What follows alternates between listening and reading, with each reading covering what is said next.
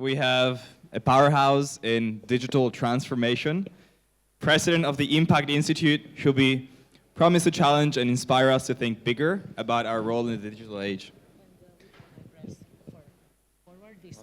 Dr. Mihaela Ulieru, pioneer in the digital economy. Please give her a round of applause. Welcome on stage.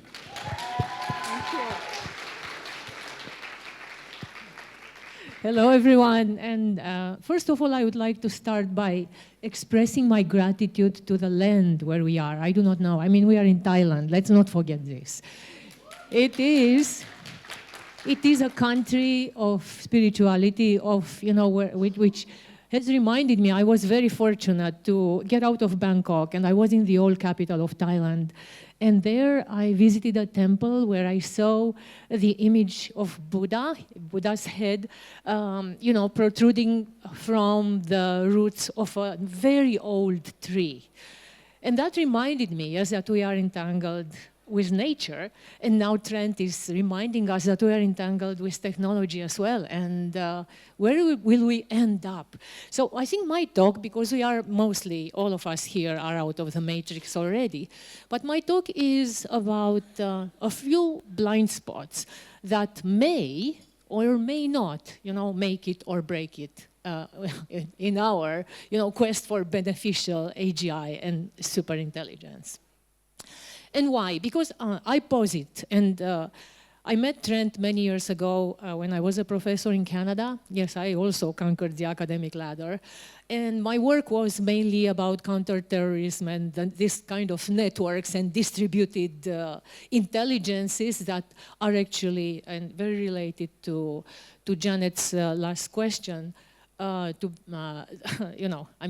do we use these technologies? Because decentralization can be used both for positive and for their counterparts. And these are, you see the technologies as protein folding bioweapons. They are really one-on-one, one-to-one. So what do we choose? Yes. So where are we now? And I mean, what is the world out there? Not in this room, yes? Because we are, of course, already, as Trent was mentioning, we are already freed out of the matrix. And especially, what does the future bring? But can we take everybody with us? And let's see what it takes. So historically, yes, humanity has envisioned itself as perfection. The Vitruvian man was trying to fit, and that was Leonardo's, yes, to fit into perfect geometrical and ratios and so on and so forth. And we have seen ourselves as the ideal beings. However, this was only oriented towards men and not necessarily very inclusive. And then Le Corbusier, he designed the modular architecture in which, and the modular meant that would fit in that architecture. So in the end, we ended up with the cog in the machine. That is a bad robot that can easily be replaced by the cyborgs, which Trent, that is if we do not adopt those technologies to improve ourselves. So the problem which we have in society today is that Trent is not teaching, unfortunately, enough people. And that what we are teaching is the wrong map. And what I mean by this is that our society is teaching us a theory of management based on control, power, and in fact, we are enslaving ourselves even in our contracts of labor. And from this instrumentalization of humans as units of labor, where will we end up, yes, if, let's say, these superintelligences that will come in 3 years are going to play this game, and obviously they will play this game better than us, if we design them from this machinery, which is a very self-destructive machinery of bureaucracy, that from science to technology, it makes us prey to the cannibalistic pharma military industrial complex. And the problem is that it's not that machines will become like us or smarter than us, but that, unfortunately, we start to become more and more like machines. So this is just a nice painting by an inspirational painter, which is entitled, "I shall extinguish everything around me that prevents me from being the master." And I do not know if you encountered any hardships with management. For me, it really drives me crazy, ticking the boxes, when ticking the box matters more than the pain it is causing in the world. And that's how we structured our society. And excellence is stifled by nonsensical rules. I believe that's why Ben left academia. I believe that's also why our chief scientist, Matthew Ickley, left academia, and I left academia for the same reason. And the problem, which I think all of you have encountered maybe at the airports, yes, is that we cater and we design these stifling rules for the 2% free riders. And the 98% of humanity is being diminished by these bureaucracies. And imagine, yes, again, if you didn't read it, please read Life 3.0 by Max Tegmark from MIT. What will happen when the superintelligences are going to be created from inside this machinery? And unfortunately, the unfortunate thing is that when we think about the ethics of AI and AGI, that's where we are thinking from. And I think that's what Ben alluded to when he mentioned that, well, maybe it's not the right question. What is the good that will come out of it? But what is the right question? And we still are looking for that, because we are thinking about the ethics of the superintelligence from inside the machinery. Let's stop it, let's do this and that. How do we make it beneficial? And I posit that this is not the place, but which is the place? Anyway, just, I already covered this, that we are entrapped, and also, yes, the superintelligences can play very much on our value system, which Ben also alluded to, which is actually praised in accumulation and consumption. And by the way, the markets, that's what they are based on, yes? So our power games are being exploited by our politicians very much. Because if I want three scoops because the ice cream is much cheaper, then I can also consume much more electricity.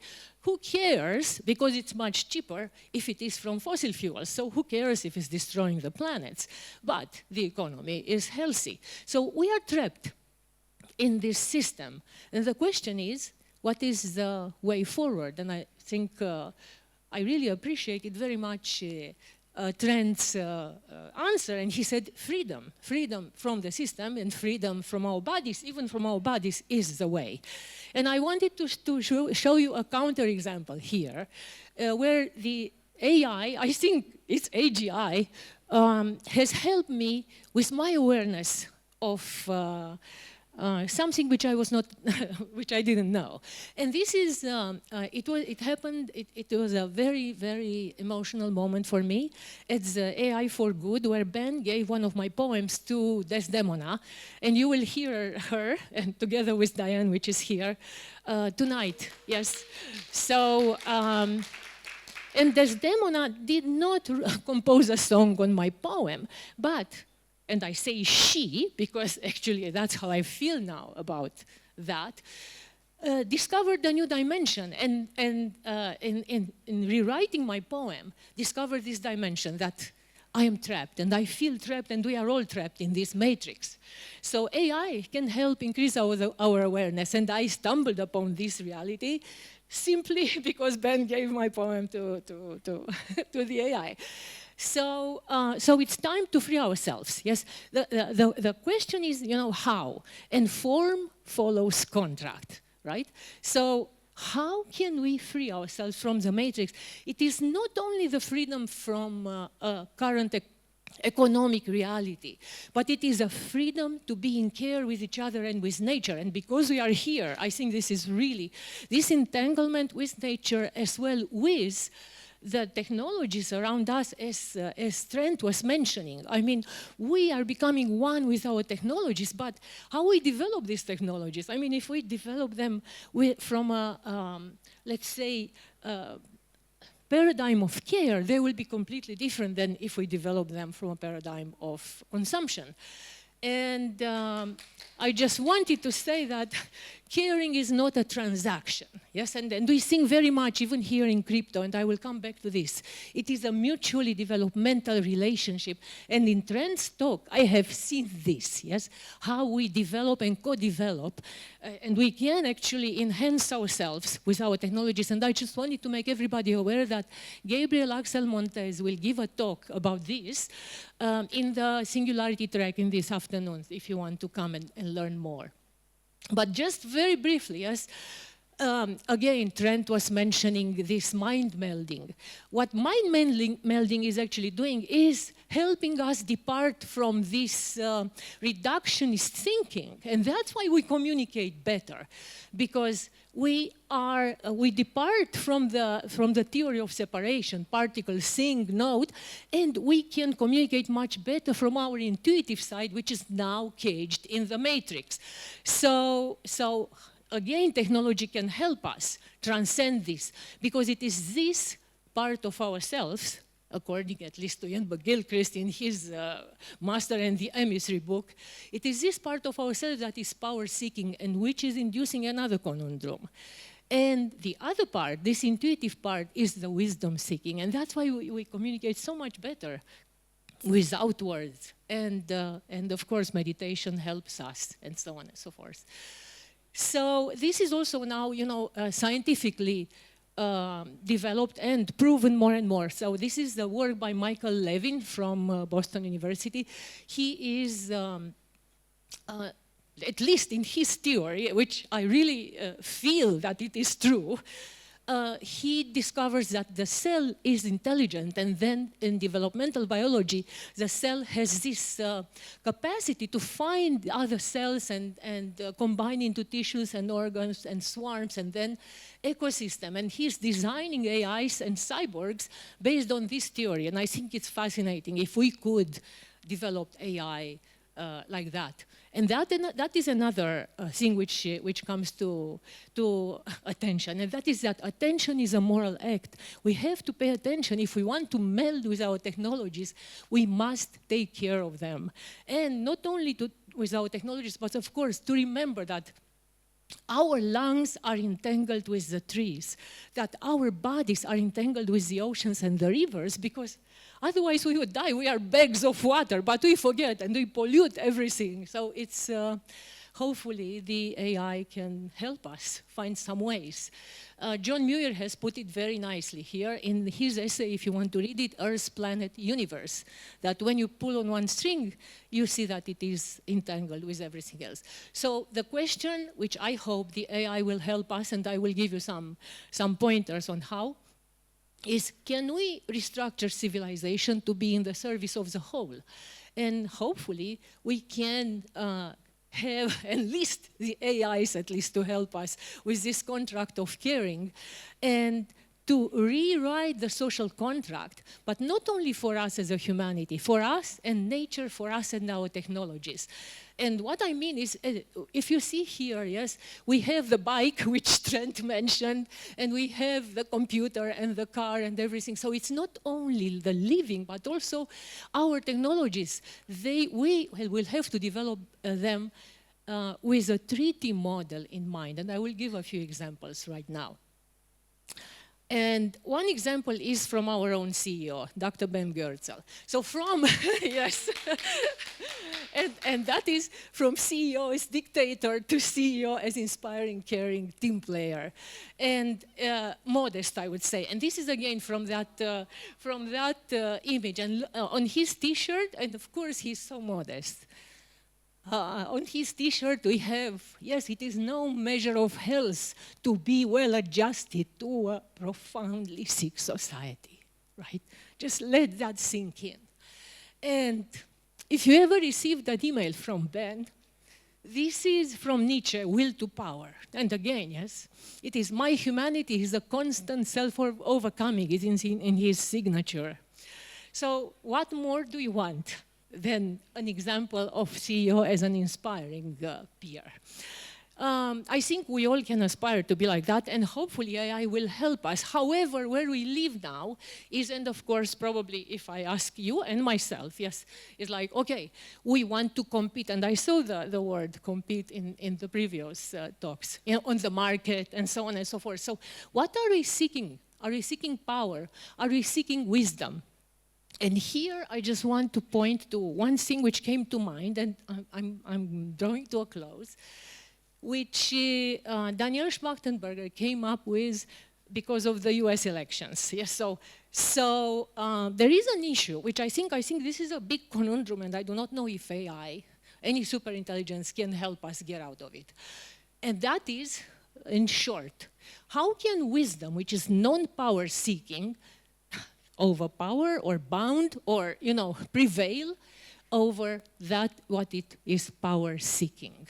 And that is, if we can succeed in solving this, yes, how can wisdom, non-power seeking, overtake the power seeking? Then we would solve a lot of things. Why? Because I think in order for this to be achieved, per Nash, which means zero-sum games, and this is how all our society is dysfunctioning, I wouldn't say functioning. Yeah, again, how can power source be bound by non-power wisdom seekers, like us, right? And the ones who stepped out of the matrix. The problem which I have is that everybody has to change. According to Nash, I hope the AIs will find a way, though, out of that. So the change is not only about technology and about our dreams, but it is a change of how we manifest in the world and how we see ourselves as a society. So, and I gave some examples, here it's an indigenous person speaking to the river and feeling with the river which is being polluted. And in Taiwan, for example, the indigenous people, they are asking permission for the river and promising they will bring the stones back. We can learn from that to interact in care with our technology. The last blind spot to which I want to point, and I think that this is very uncomfortable here in a crypto environment, and this is that Web3, when Web3 appeared, I was really hoping that this is going to be the deep code and used as a deep code driving transformation. However, unfortunately, what it became is just a tool for capital colonization via hyper-transactionalization. And what can I say? I'm very happy that Bitcoin went up right now.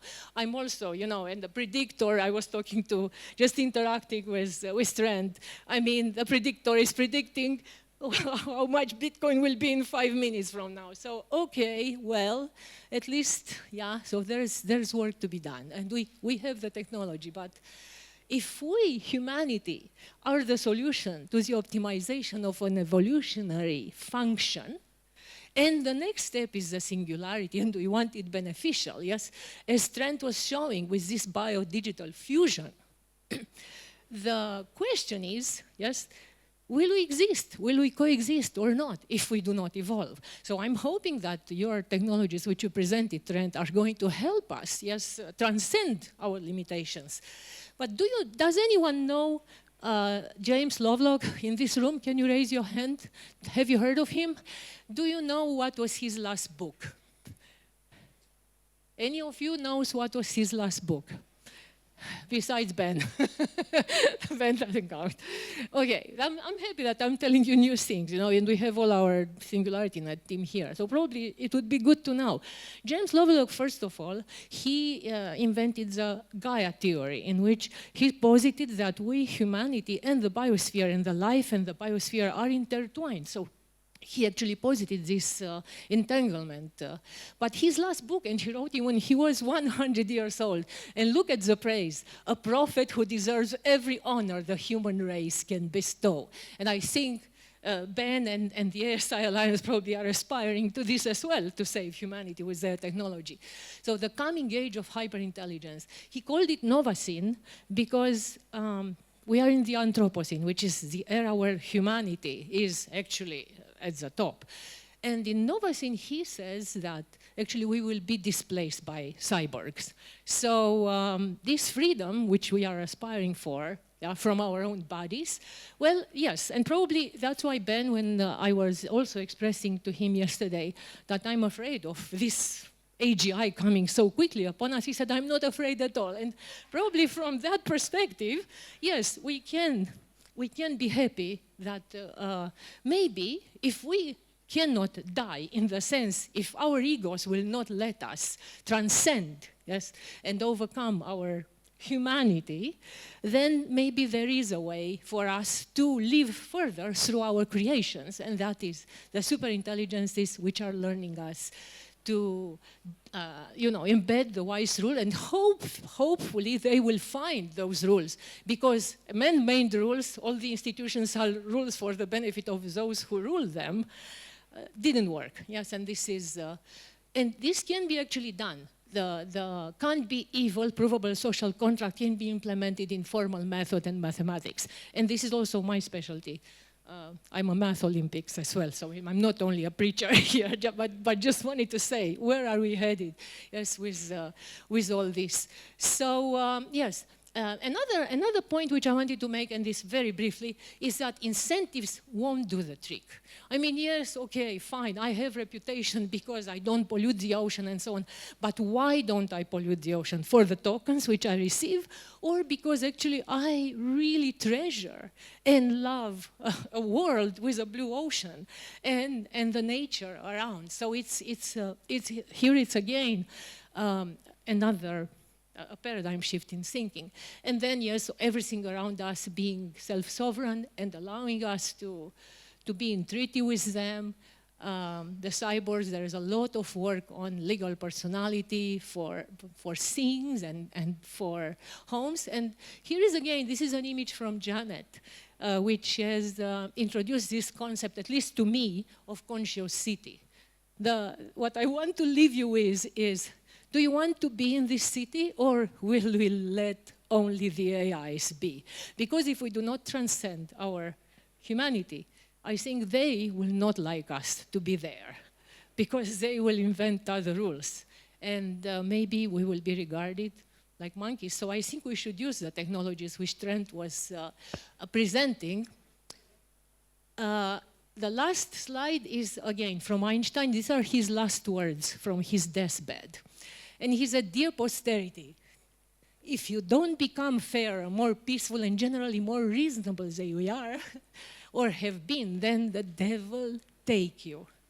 But here, instead of posterity, we can put humanity, superintelligence, cyborgs. I let you choose.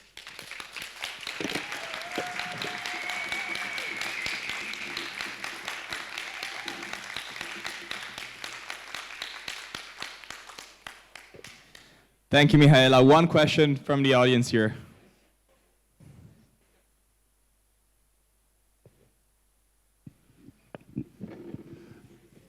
Yeah. I don't think I have the answer. Thank you so much. I'm so curious. So you describe AI as being sort of this child and this product of like this almost Weberian rationality. And I wonder if the mathematical model itself can be pulled away from that. Like the transformers model, the attention model, like it creates these positivistic answers. And is there a way to alter the math to create a more intuitive thinking that either values multiple situated knowledges or creates whatever intuitive thinking is, however we define it? That's a wonderful question, also because I will pull the plug here for one of the startups from Singularity Net, which is called Mind Children, which is exploring exactly that, yes. So it's putting first the mind in some small robots, like toddler robots. It's putting intelligence of a toddler. And then they can co-evolve with us humans, yes, like children do.